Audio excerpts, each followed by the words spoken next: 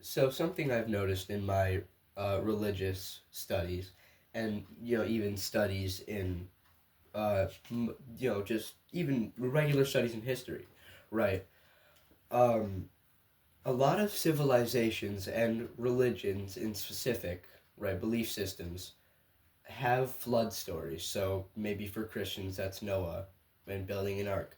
For Hindus, there are a few flood stories in Hinduism, but maybe one of them is the fish disguised as God. You know, the forest religion is no exception to this.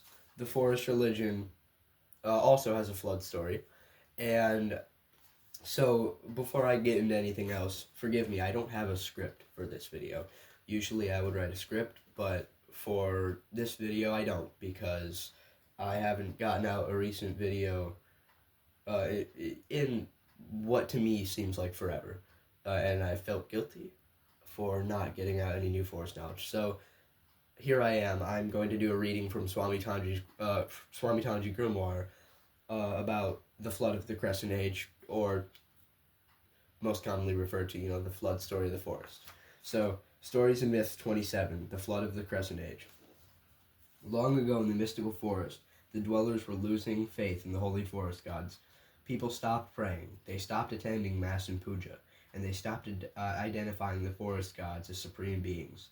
This made the forest gods extremely angry, and in return for the dwellers' negligence, they decided to flood the forest. Every god and goddess, at some point before the flood, noticed the dwellers' lack of spirituality. However, the one it angered the most was the holy rain god. The rain god was the first to ask the other gods if they saw the negligence and evil arising in the dwellers.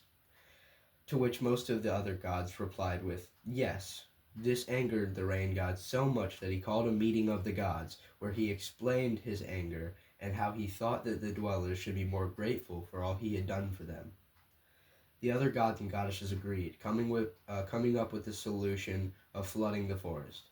The gods knew this would make the dwellers think, and would force the wizard council to communicate with them and ask why.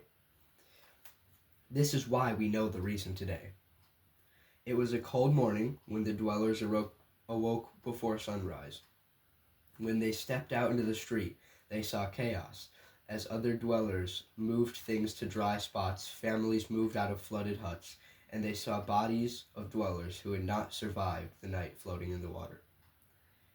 As they went on, they realized that not only was the God River frozen over, but they also realized that the God River and Demon Lake had mixed at the divot.